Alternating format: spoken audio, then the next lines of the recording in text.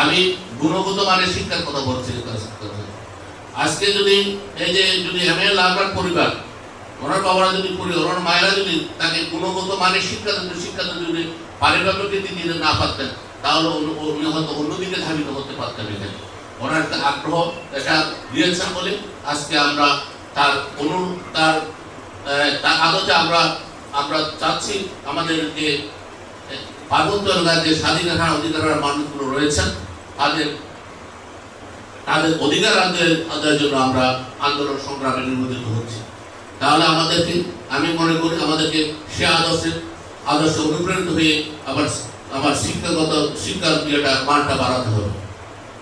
আমি এই তরুণ সমাজের মধ্যে আমি দেখি আমার যে বদলের মতো হতাশ যে জিনিসটা যেখানে আমি অনেক তরুণ আইনজীবী দেখেছি, এখানে অনেক তরুণ আইনজীবী আছে এখানে, কিন্তু কেউ এগিয়ে আসতে চায় না। আমরা চাই শুধু তথাকথিত যে জিনিসটা যে তথাকথিত যে দলগুলো আছে জাতীয় পর্যায়ে তার সঙ্গে একটা স্বার্থ আদায়ের জন্য। আমার যদি অস্তিত্ব না থাকে, আমার যদি ভূমি অধিকার নিশ্চিত না হয়, আমি যদি স্বাধীনভাবে চলাফেরা করতে না পারি, ওই স্বার্থ নিয়ে আমার কিছু হবে না।